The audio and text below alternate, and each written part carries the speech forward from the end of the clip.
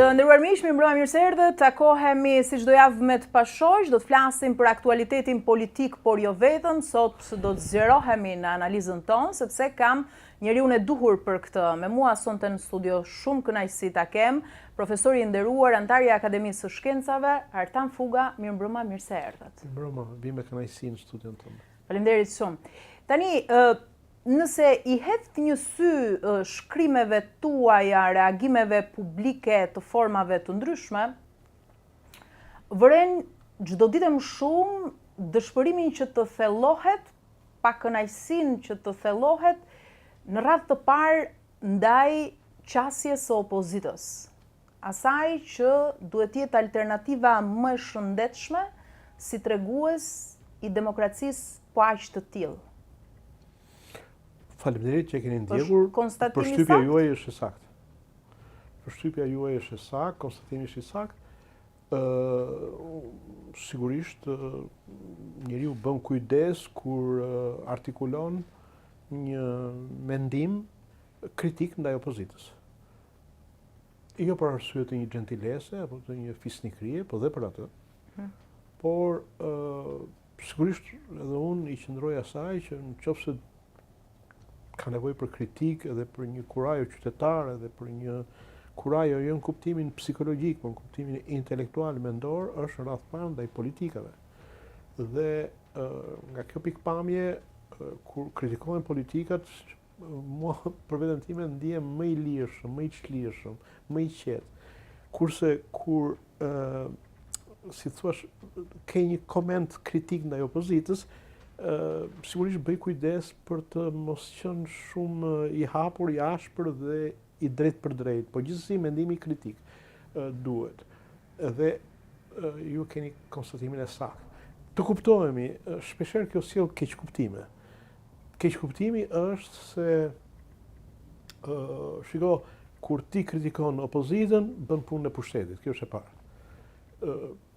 E dyta, paragjykimi i dytë është që në një farë mënyre mos je duke u ngatruar se nëse ka një përgjegjësi për qeverisjen e ka pushteti, nuk e ka opozita. Absolutisht po. Po ato e marrim të mirë që ka një probleme. Faleminderit. Në këtë kontekst e kisha pyetjen.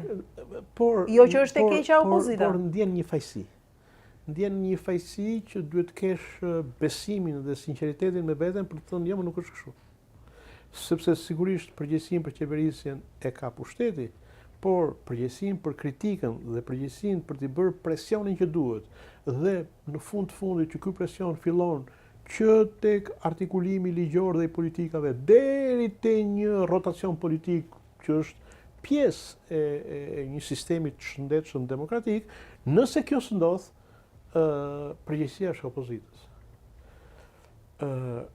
Duhet të them një gjë, meqense jam në studion tuaj, dhe shpeshherë përdoret termi opozita e opozitës. Po. Dhe deputet të opozitës apo figurat e saj thonë, çfarë po bën opozitë me opozitës. Duhet të them që i pari që e ka formuluar këtë koncept kam qenë unë. Dhe kam formuluar në një moment të caktuar kur ka qenë ndofta viti 1998 për mua, dhe e kam formuluar të koncept sepse disa OJF-të asaj kohe, organizata jo qeveritare, të cilat për mua në atë kohë dhe tani janë menaxhuese projektesh dhe nuk përfaqësojnë shoqërinë civile, thoshin që ne jemi opozita e pushtetit, dhe unë aty në atë mbledhje publike kam thënë falni, ju jeni sot opozita e opozitës. Pra, ju bëni atë që duhet, përfaqësoni shoqërinë civile, po nuk jeni ju për zvendësuar opozitën politike. Opozitën politike të asaj kohe. Dhe kur unë përdora opozitë e opozitës, në mediat e morën dhe e nxorën nga konteksti, jam detyruar në atë kohë në gazetën Lidhja Demokratike që dilte në atë kohë të bëj një shkrim për t'u shpjeguar. Pra, duhet të them, termi opozitë e opozitës nuk është një termi turpshëm. Të kritikosh opozitën është një detyrë qytetare. Nuk mund të merret opozita dhe të ndërtoj, të viktimizoj vetveten dhe të thotë që shiko, unë jam e pa kritikueshme. Kush më kritikon mua është hipokrit, bën një lojë tjetër. Jo, çfarë mendoj unë, pse më shqetëson dhe pse jam bërë shumë pesimist? Sepse sot opozita nuk është një faktor politik. Më vjen keq, është një formulim që ndofta, si çdo formulim shumë i prerë, mundet edhe të mos gëlltitet si duhet. Pse nuk është faktor politik? Se s'ka numrat në Kuvendin e Shqipërisë. Që do të thotë, fjala e deputetëve të opozitës sot në Kuvendin e Shqipërisë nuk përkthehet dot në veprim politik. Pse? Sepse veprimi i opozitës nuk është vetëm të kritikoj atje, të marri fjalën, të bëj lojë fjalësh apo ku diun se çfarë, por është që të ndikoj me fuqinë e saj, me veprimin e saj, me numrat e saj, të krijojë ekuilibra të tillë politik që ta ushtrojë një presion ndaj qeverisjes, të ushtrojë një presion për bërjen e ligjeve e kështu me radhë. A vjen kjo vetëm për fajt të opozitës? Jo. A është opozita vetëm, si thua, përgjegjëse për situatën që ndodhet në asnjë mënyrë? A ka psuar goditje dhe të padrejta nga pushteti? Po, i ka psuar. Por unë po flas për faktin. Mua nuk më duhet si qytetar apo si studius se nga i vijnë arsyet. Unë dua të them që sipas një radiografie në thonjza,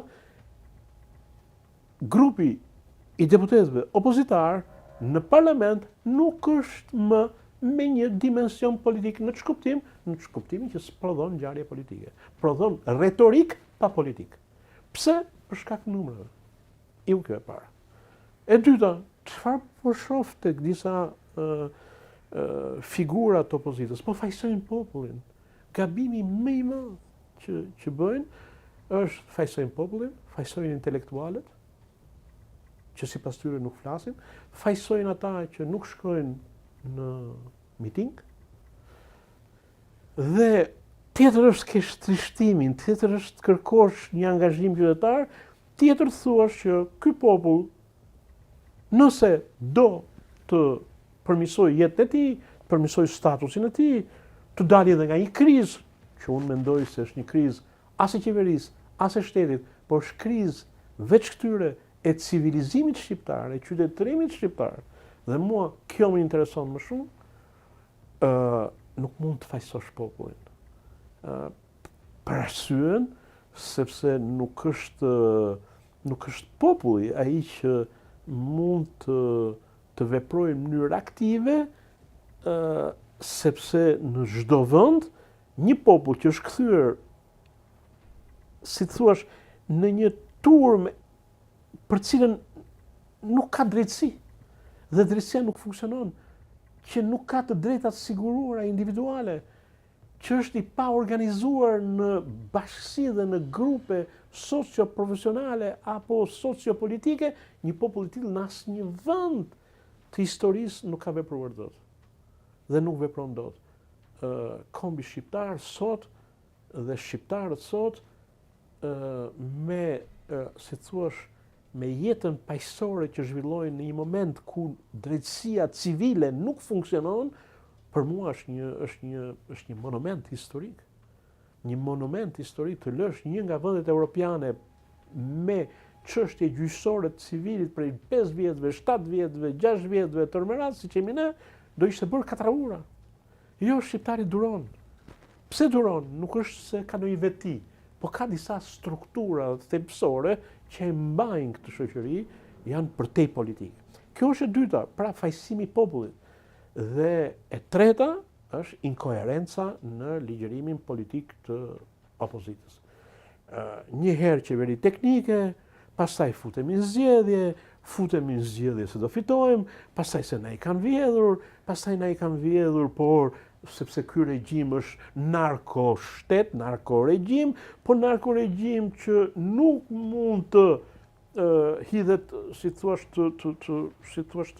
të largohet apo të rrëzohet sipas formulimit saj me anë zgjedhjeve, po ndërkohë mbetet një parti elektorale dhe bën pjesë në institucionet të cilat janë të zgjedhura, nga njëra anë duhet ta rrëzoj turban shesh dhe populli duhet ta rrëzoj, nga ana tjetër marrje pjesë në komisionet ku diun për një reformë që e quajnë territoriale, e cila vetëm reformë territoriale nuk mund të jetë, për arsye se edhe ne duam të themi zërin ton atje, a thua se nuk ka vende tjera për ta thënë, unë nuk po them as njërin qëndrim as tjetrin, se s'jam unë që mendoj për opozitën, po nuk mund të mbajnë dy qëndrime kontradiktore, sepse njerëzit, qytetarët të shohin dhe habiten dhe mendojnë, mor po cilin ato pozicione është.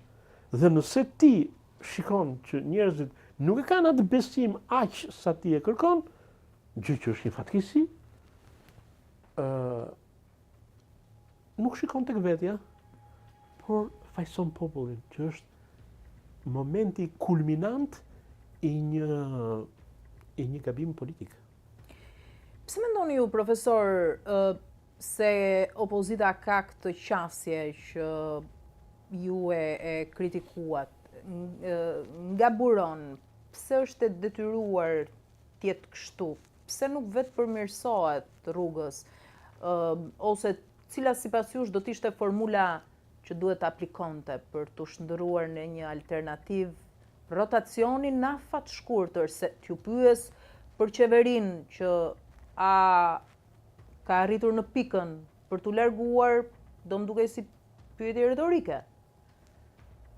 Mund pyes edhe për këtë pyetje retorike, unë nuk nguroj të përgjigjem, por jemi tek tema që e kemi filluar, arsyet janë disa. Unë për veten time i kam thënë hapur, me dashamirësi. Pse me dashamirësi? As pak për në një altruizëm ndaj opozitës. As pak. Por sepse unë kam bindjen e plot tek analiza e bërë nga një nga etrit e mendimit filozofik dhe politik Aristoteli, dhe pastaj të marrë në shekuj të përsëritur, që thot, nëse politika nuk është e normalizuar, nuk funksionon si duhet, mos prit të funksionoj as mjekësia, as shkenca, as artimi, as arti, as familja, as autobusi, po deshe, çfarë duash. Dhe Aristoteli thot, politika është shkenca e shkencave në shkuptim. Jo se politika zbëzon shkencat. Por asgjë nuk funksionon nëse politika s'është në rregull. Dhe politika është në rregull atëherë kur midis pushtetit dhe opozitës ka një ekuilibër, ka një kontroll, që do të thotë nëse ky kontroll bie, prek e mund direkt drejt për drejt, prek e qytetari, po ndofta qytetari, disa e kuptojnë, disa se kuptojnë, mos më duhet fare nga kjo pikpamje se jam cinik, unë kuptoj atë që kuptoj, që do të thotë, unë si intelektual kam dy probleme të mëdha me këtë. Cili është problemi? Problemi i parë është se arsimi, shkenca, kultura në cilën unë punoj dhe në fundit një jetë që më vjen në këtë qiell e mbi këtë tokë, nuk dua ta kaloj në mënyrë dështuar, pra kam të drejtë të ngren në qiell zërin tim. E dyta, për arsyen e plot, se nëse opozita nuk është funksionale në rolin e saj politik, jemi ne detyruar të bëjmë opozitën. Dhe duke qenë ti i detyruar të bësh opozitën, ose në një farë mënyrë të kritikosh, ti paguan me çfarë? Paguan me, si thuash, disa pasoja që kanë të bëjnë me karrierën tënde, me jetën tënde psikologjike, me statusin tënd social, jeta jote bëhet e vështirë. Pse se ti merr përsipër të bësh atë që një deputet i opozitës mund ta bëjë në mënyrë të rehatshme, i mbrojtur, që merr parat për atë, dhe mos harroj merr parat, jo vetëm qeveria, por merr parat edhe deputeti i opozitës, nga parat tona. Nuk mund ta konsideroj veten si një misionar, jo është një funksionar. Dhe ky koncept duhet futur, jo për të hedhur vrerë ndaj opozitës, po për të kuptuar që duhet të maten mirë kur të hedhin gurin apo shishen e molotovit virtual mbi intelektualët që sipas tyre po heshtin mbi qytetarët që sipas tyre meritojnë ato që pësojnë sepse duhet vinë të rëshesh të utopira. Tani, pse është kështu?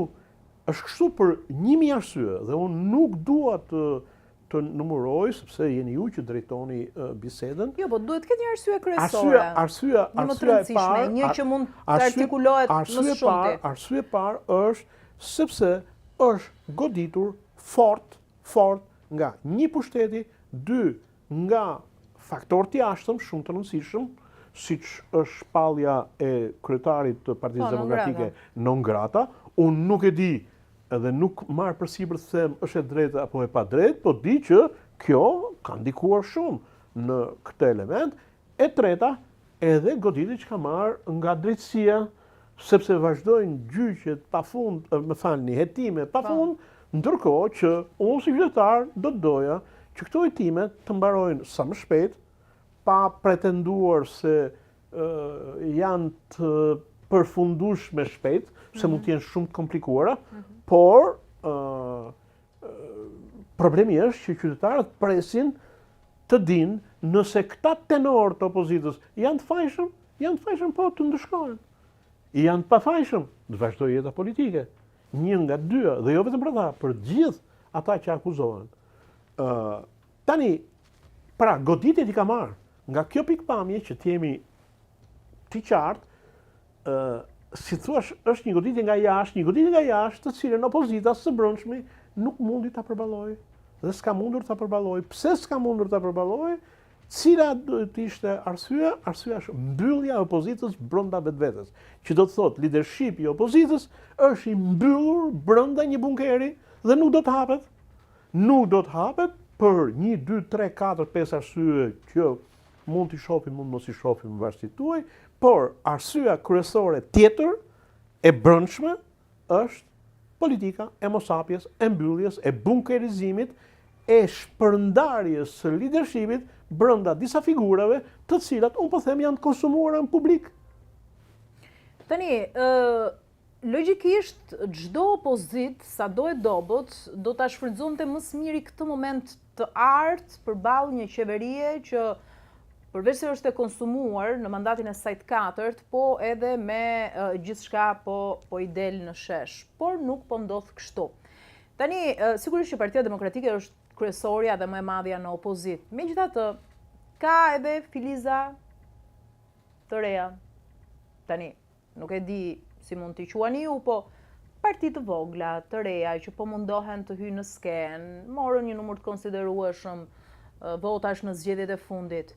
A beson të ndokënd prej tyre që mund... Jo. Deri Pse? tani. Po, deri tani, patjetër. Deri tani. Qofse Pse jo? ka dinamika të tjera, Pse jo? po. Pse jo? Sepse arsye e parë është sepse ata janë brenda një kurthi që nuk është faji tyre. Cili është kurthi? Kurthi është që në qoftë se ata me të drejtën e tyre legjitime hynë në fushat elektorale dhe marrin vota, ka një teori që është teoria e atyre që quhet efektet, ose më mirë ta them shqip, pasoja të paparashikuara të padëshirueshme.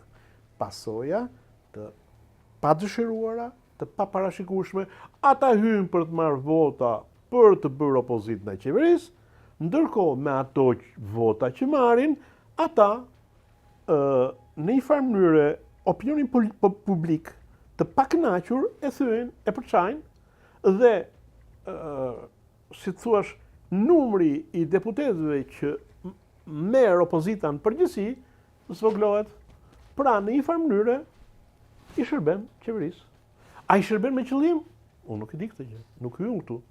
Unë aplikoj teorinë asaj që quhet teoria e lojës e pasojave të padëshirueshme. Po me këtë logjik, a nuk mendoni që kështu askush nuk do mirëpritej po të hynte kundër këtij establishmenti, pra ne do rinim në status quo për jetë?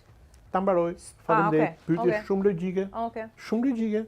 Atëherë, unë ajo që mendoj është që ata duhet hyjnë në atë mënyrë Dhe në atë moment, kur të jenë përgatitur jo për të marrë vota për një deputet, siç ata kanë hyrë, apo për 2 deputet, ata duhet hynë në atë moment dhe të përgatitur në atë mënyrë sa të marrin një numër të tillë deputetësh që t'i kthejnë në një faktor në parlament. Si vjen kjo? A vjen kjo me njëherë? Jo, nuk vjen me njëherë. Shka do të thotë që kërkohet që betejë e tyre nuk mund të bëhet vetëm në studio televizive, që do të thotë ata duhet të prekin problemet më të mprehta të shqiptarit në politikën e jashtme dhe të brendshme. Po të shikosh politikën e jashtme të tyre dhe gjeopolitikën shqiptare, asnjë lloj artikulimi.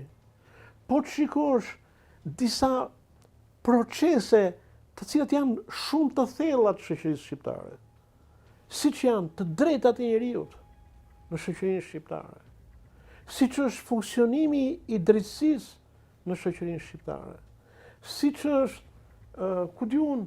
marrëdhëniet midis zonave rurale dhe urbane, siç janë problemet e emigracionit shqiptar, ata akoma nuk kanë arritur te pika djegëse që ta bëj shqiptari në dhomën e tij të ngrihet nga kultugu dhe thot, kjo është ajo që unë dua. Dhe nga që nuk arrin këtu, për arsyet e tyre, mendojnë se me qenë se janë të rinj në moshë, shqiptari dhe japi votën. Jo, nuk ta jep.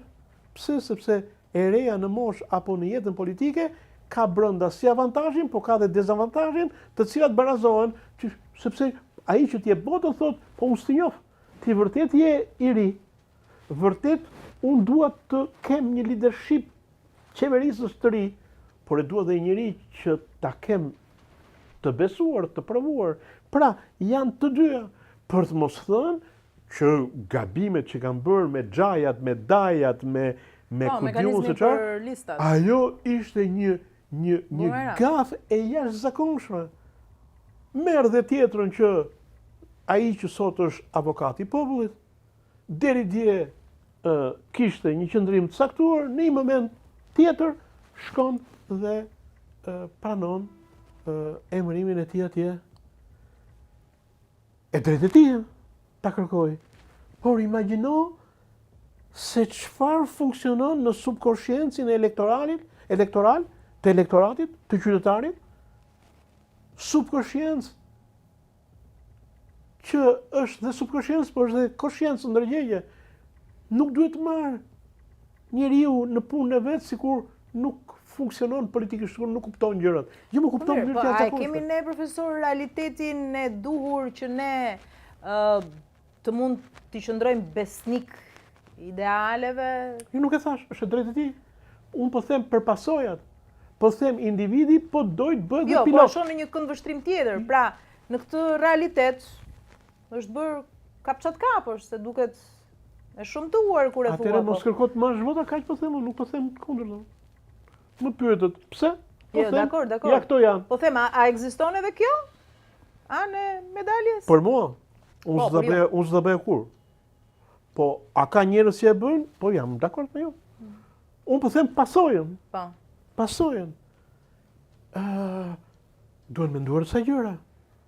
Unë e kuptoj të marrësh vëshin karige te kryeministria, është diçka. Nuk i hedh gurin askujt.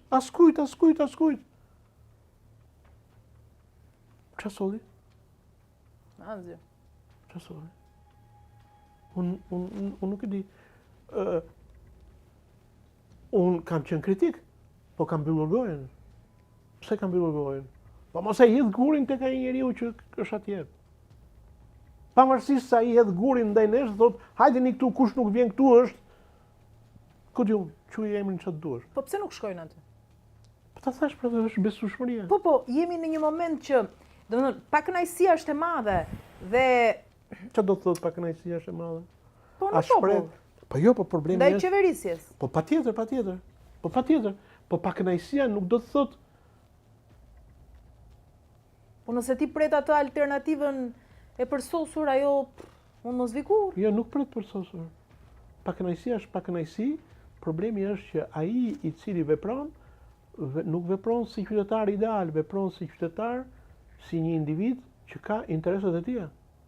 I vendosur dikush midis faktit që të shkoj atje apo të humbi punën si mësues, thot, do ruaj vendin tim si mësues. Po mirë, se s'janë gjithë në punës apo. Ta vazhdoj? Po. Pa ai që është mjek, pa ai që është polic, pa ai që ka babain oficer, po ai që punon në një ndërmarrje që merr një tender nga qeveria, po ai tjetri që ka gjyshin edhe motrën që i punon në bashki, nuk po flas Tiranës, se ku tjetër, po ai kështu, po ai ashtu, edhe bëhen këto. Unë po flas mbi baza sociologjike që i kam studiuar në komuna dhe në bashkitë vogla, s'kam bërë këtu në qytetin e madh. Keni qenë ndonjëherë i pranishëm në ndonjë nga protestat kombëtare të fundit të opozitës? Po s'është ai roli im. S'është ai roli im. Si është e mundur që të bësh edhe profesionin tënd, edhe të shkruash probleme sociale, dhe të bësh atë hobin tënd, por dhe t'i vjesh në shërbim qytetarit, me ai sa ti mundesh. Pastaj të bësh dhe demonstruesin. Po kjo është dëshmi e fortë edhe e trisht njëkohësisht. Domethënë, të mos ketë njerëz si ju, opozita në shesh, që t'i bashkohen. Pse sheshi është ai që përcakton? Jo, tregon shumë. Po pse mos bashkohet opozita me mua, po bashkohet unë me opozitën? Po pra, ose Anasjelltas. Pa Anasjelltas, pra, shko pyeti ata. Kjo s'ka ndodhur. Dhe s'ka gjë sa të ndodh. Po si mund bashkohet intelektuali kur ti i thua ose do jesh me mua ose ik. Pra, unë të ftoj si intelektual, po nuk të pyes. Ose të bëj sikur të pyes, po të bëj ato që di vet.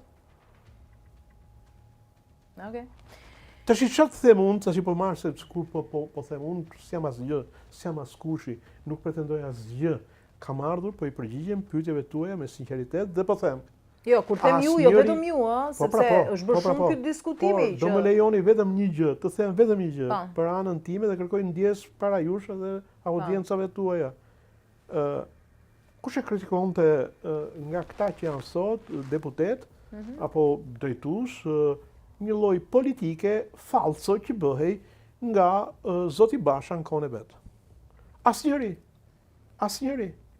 Dhe kur unë e kritikoja, duke pasur dhe mik dhe kam respekt për atë, e kam dhe mik, e kritikoja rënd. E di çfarë më thoshin këta sot, këta deputet? Po, çfarë kemi Partinë Demokratike? Pse, ç'është kjo kritik? Ora ju e kuptoni se ç'po ndodh apo s'po ndodh? Asnjëri s'fliste asgjë. Vjen puna sot, të gjithë jedhin gurin asaj politike dhe unë i shikoj dhe them, mor, po ju keni qenë në atë kohë.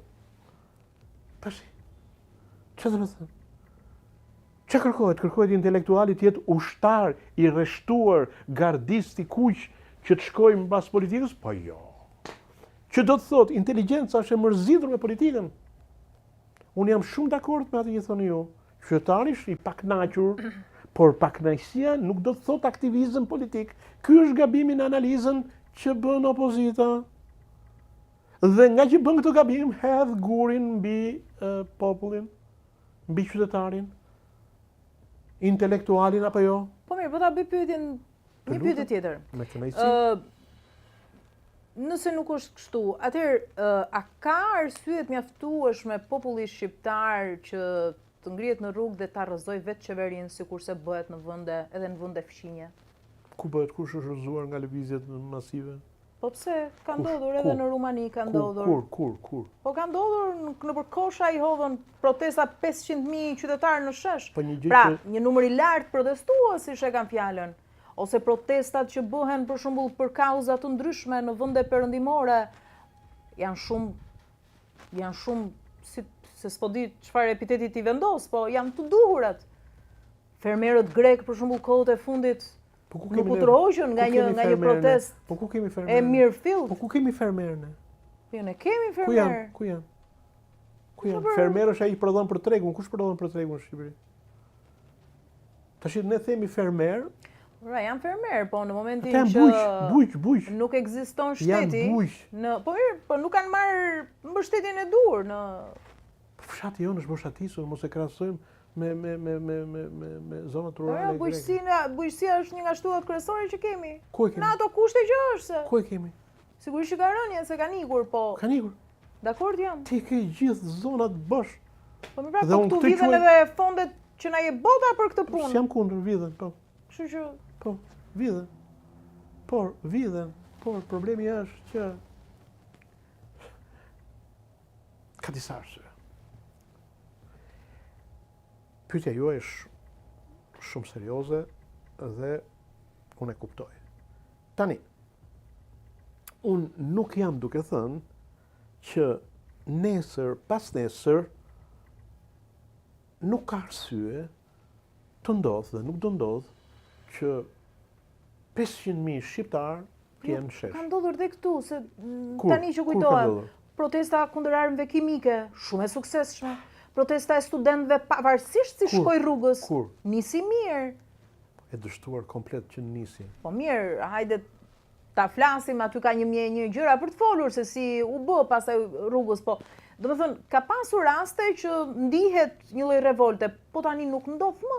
Nëse nuk thret një parti politike, aty shkojnë deri diku militantët e saj, nuk ka revolt në popull, do të thënë pse ndodh kjo? Atëherë. Është popull që i ka vdek nervi, ndoshta i ka Jo, ngordhur nervi? në asnjë mënyrë gurin tek populli. S'jam unë që e bëj atë, sepse sapo e Jo, nuk kritikova. thash jam fajtor. Po. Sapo e kritikova. Okej. Populli ynë, thash edhe një herë dhe kam këtë mendim, këto janë mendimet e mia personale, është me qëndrueshmërinë, pacifizmin, respektin ndaj vlerave fundamentale të një shoqërie në maj të asaj që unë mund të konsideroja vlerë. Pse?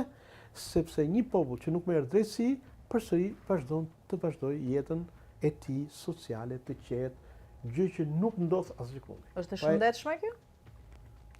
Po është e pashëndetshme, po problemi është që s'është ai fajtori që ka ngelur. Po çfarë të bëj tjetër? Çfarë të bëj? Nuk duhet i kërkojmë popullit si turm se nuk ekziston populli. Termi popull është një abstraksion që nuk ekziston.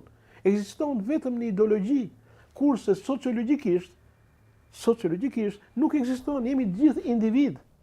Individ të cilët nëse disa kushte sociale nuk realizohen, nuk bëhemi dot kur bashk. Po pra, për këtë po them. Tashti pse nuk bëhemi dot më kur bashk? Ka një shqetësim të madh. Unë nuk duhet hy në analizat të mirëfillta sociologjike, sepse e di që s'është vendi. Por, çfarë po them? Ka disa arsye kontekstuale. Një arsye kontekstuale është se gjatë këtyre viteve, 30 vjetëve, dhe jo vetëm këtyre 15 vjetëve, 30 vjetëve, ka pasur një rrjedhje, një ikje masive të popullsisë jashtë vendit. Po. Cilët janë këta?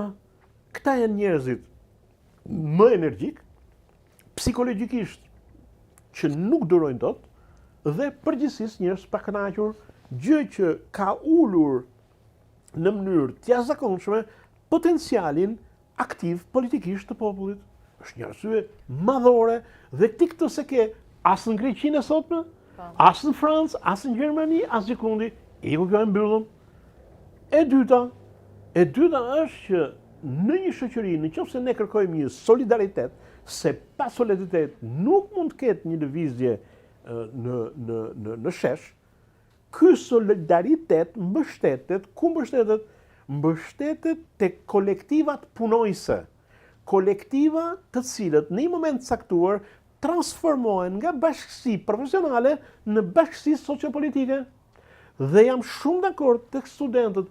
Pse ka pasur këtë lëvizje? Sepse ata ishin të organizuar në auditore, ishin bashkë me njëri tjetrin. Të gatshëm në një farë mënyrë. Po patjetër. Pa shikojnë çik bazën socio-ekonomike të infrastrukturave të Shqipërisë. Pronari i vogël, shitsi atje në hallin e vet, një bujk atje që punon për veten e vet, ku i ke këto kolektiva? Nuk janë këto kolektiva. Iku e dyta. Vjen momenti i tretë. Mos harrojmë se është ezauruar energjia. Shiko, me popullin duhet u sjell me paq kujdes sa çdo sillesh me një femër, kërkoj ndjes. Jo, Për absolutisht. machizmin tim, Jo. por nuk e kam thënë unë. E kanë thënë mendimtarë të mëdhenj, s'dua të bëj citime. Çfarë duhet të them? Duhet të them që ti mund të abuzosh me të. por je duke shkatruar energjitë e saj dhe në një moment caktuar vjen pika kur delikatesa e saj mbaron. Çfarë do të them? Thash edhe një herë, nuk është citimi im.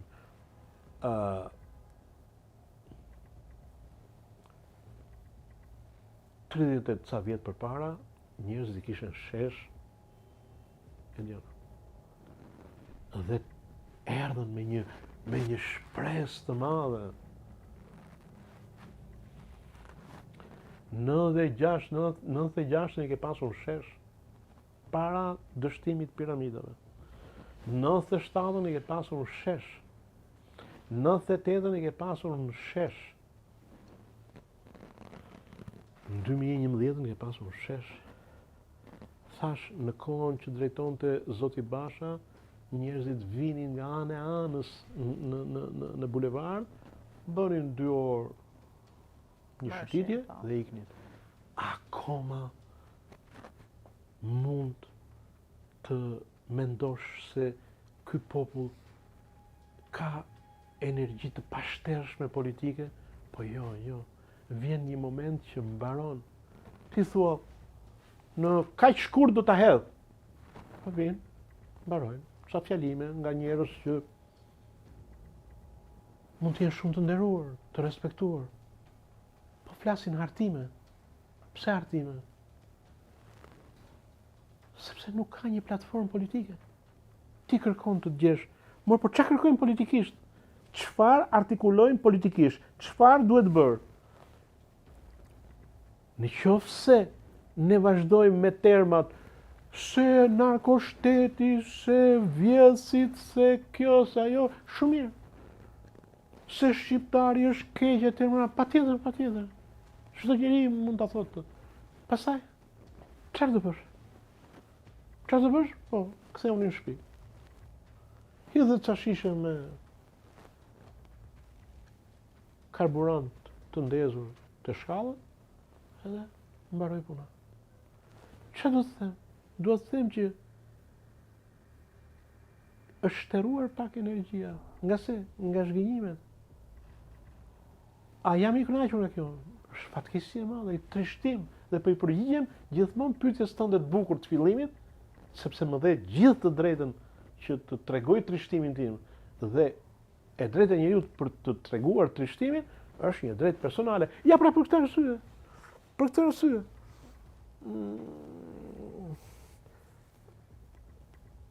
arsye jemi kështu. Po çfarë bëhet në këto vendet ku ngrihen fermerët? Po ngrihen me fermerët, pse se ka peshë ai, ka vërtet peshë në ekonomi. Po të jap shembull tjetër. Ai të vjen ndoshta nuk dash shembullin e duhur. Në Serbi për shembull, prej kohësh, studentët dhe opozita, shumë protesta të fuqishme, e detyruan qeverinë për zgjedhjet parakoshme. Nuk është se kanë arritur ndonjë gjë të madhe, po mbaroi puna. Po mirë, po mbaroi kaq. Revolt masive është, domethënë. Kaq. Dakord jam. Më dhe një shembull, unë e pranoj shembullin që më dhe, është shumë i saktë, por pyetja ime është një shembull apo është ligjësia? Qofse është një shembull, tash unë s'dua të bëj dhe të them që serbët janë më të mirë se ne. Nuk dua të. Jo, nuk e kisha për në këtë. S'është i nevojshëm këtë. Po një përgjigje e kam, po nuk dua ta zhvilloj. Shkurt. Okej. Nuk dua të them asgjë të mirë. Në rregull. Okej, edhe përgjigjen. Tani, për gjithë sa folëm, çdo qeveri do të ishte me shumë fat?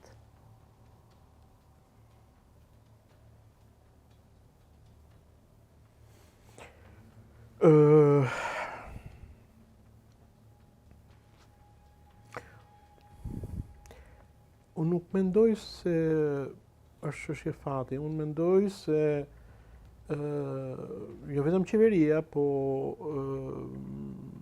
partia në pushtet, forca në pushtet, mos them dhe partia, ata që qeverisin, unë mendoj se këto analiza i bëjnë.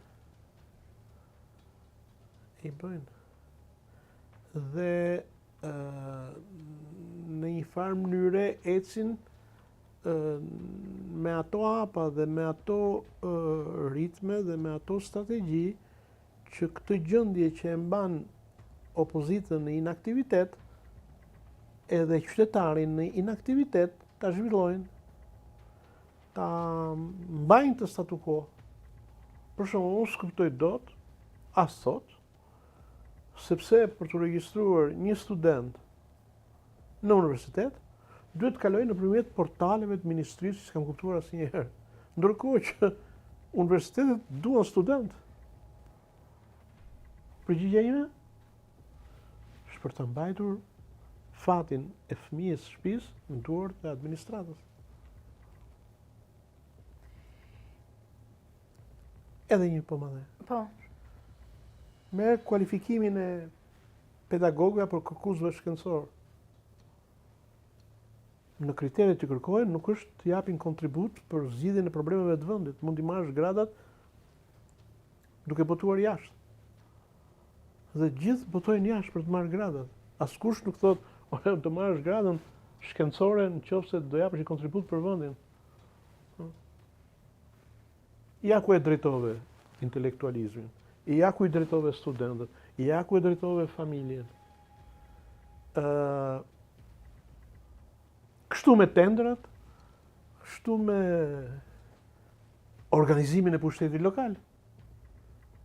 Pushteti lokal është i ndërtuar në atë mënyrë që të gjitha sensibilitetet politike të komunave të shuhen përpara një mase urbane ku janë midis të shtypërve, të shfrytzuarve, ata që kanë pak, si të themi, privilegje më tepër, se mund t'i quajmë. Që do të thotë, një qark i tërë dominohet nga një sensibilitet politik. Pra, nuk është me fat kjo qeveria. Është me një strategji për ta mbajtur këtë statu quo. Kjo është analiza, s'ka nevojë tjetër. Nuk ka nevojë, unë nuk e di a vidhen vota, s'vidhen vota, nuk e di, s'jam marrë me këtë punë. Po s'kam nevojë ty këtu. Mjafton të analizoj mënyrën se si organizohet pushteti administrativ, lokal, si jepen tendrat, si janë politikat ekonomike, si është situata e emigracionit, si janë të lidhura të drejtat individuale me inaktivizmin politik, unë e di si do të dalin rezultati. Mua kjo analizë më duhet. Në qoftë se dëgjoj 2 njerëz, 3 njerëz, 5 njerëz që kam respekt, i dua të jenë sa më mirë, që tërë ditën më thonë na vodhën, unë them, për këta e kanë seriozisht, apo nuk janë në gjendje do të analizojnë gjëra të tjera. Tani, nga intervista jone fundit, para kësaj, që daton para rreth 2 viteve, unë ju kam pyetur edhe për qasjen e ndërkombëtarëve, ndaj nesh etj. Që në atë kohë, deri tani ka ndryshuar gjë në këtë drejtim? Do më vitë të thosha që janë verifikuar ato që të kam thënë. Po, për unë këtë mendim kam. Janë verifikuar. Sepse është një pjesë e rëndësishme që ne rrim me syt nga ashtu quajtura bota për ne. Interpretojmë çdo lëvizje qoftë dhe në ndeshme dhe e padukshme fare të tyre në funksion të gjithçka e ndodh këtu me gjithçka e me këdo. Sigurisht për politikën e kam fjalën. Është historia e Shqipërisë që është kështu, ha. Domethënë, çfarë u desh për tu shpërbërë opozitas në gjendjen që sot. Një fjali që vjen nga Shtetet Bashkuara të Amerikës. Kaq. Jo, s'doja të përsërisja pyetjen e para 2 viteve dhe po të them ka ndryshuar gjë që prej asaj kohe? E di, po ndoshta audienca juaj nuk e di se çfarë kemi biseduar. Jo, nuk ka ndryshuar. Po nëse kjo mjafton, unë them nuk ka mjafton. Kjo nuk ka ndryshuar asgjë. Çka do të thotë që duhet t'i largohemi kësaj varësie ne që na është kthyer dhe psikologjike? Do bëhet dhe më keq. Po t'i ikim kësaj varësie. Dhe unë mendoj që nuk është fjala për varësi, por është fjala që shoqëria shqiptare nuk është në gjendje sot të balancoj pushtetet, të ketë një kulturë reale, apo një mekanizëm real demokratik, nëse s'ka një presion nga jashtë. Në momentin që ky presion është bërë më i largët, më i distancuar, për një mijë arsye që po doni i shohim, atëherë jeta politike në Shqipëri degradon. Unë kam teorinë time që jeta politike në Shqipëri në 114 vjetë sa janë bërë nga pavarësia, tenton në mënyrë të natyrshme drejt diktaturës. Dhe vetëm presioni i jashtëm ka bërë her pas here, apo konjunkturat caktuara përkohshme e kanë çuar drejt ose vetë përmbajtjes, ose një lloj zbutjes kësaj, ose në një lloj parlamentarizmi të brisht që është zhdukur. Pra, jam duke thënë një fjali që ju sigurisht e kapët, po e përsëris për audiencën.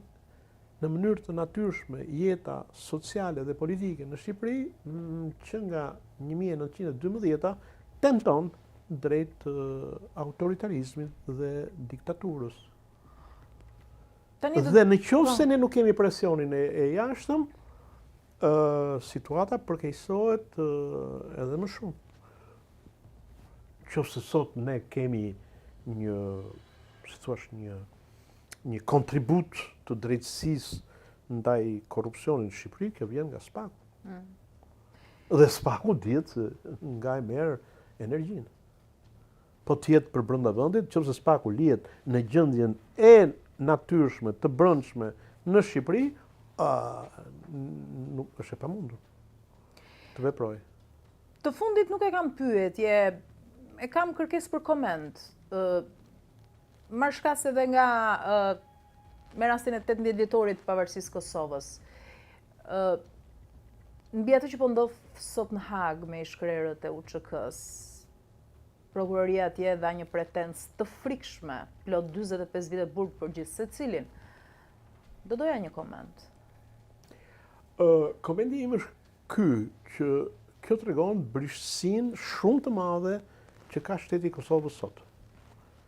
Që do të thotë ka organe të drejtësisë, si është kjo historia e dhomave, të cilët gjykojnë në emër të Kosovës. Po. Ndërkohë që janë krejtësisht shkëputura dhe nga shoqëria dhe nga interesat, pavarësisht si drejtësia gjykojnë në bazë të ligjit. Logjike. Origjina dhe fakti për mua janë dy të ndara. Pra, në origjinë mund të varesh nga diçka, pra vjen një shkak, por ky shkak pastaj merr pavarësi nga origjina. Dhe kjo ndodh. Çka do të thotë, ne shikojmë që shteti i Kosovës është sot në këtë rast si trupi dhe koka e Lipash Tepelenës, trupi në Janin, koka në Stamboll. Pra shteti është në Kosovë, koka është në Hag. Ky është problemi i jashtëfatit individual. Falenderoj shumë që të kisha në studio. Gjithmonë kënaqësi. Faleminderit për pyetjet e tua. Faleminderit të nderuar miq, pa shoq rikthehet sërish.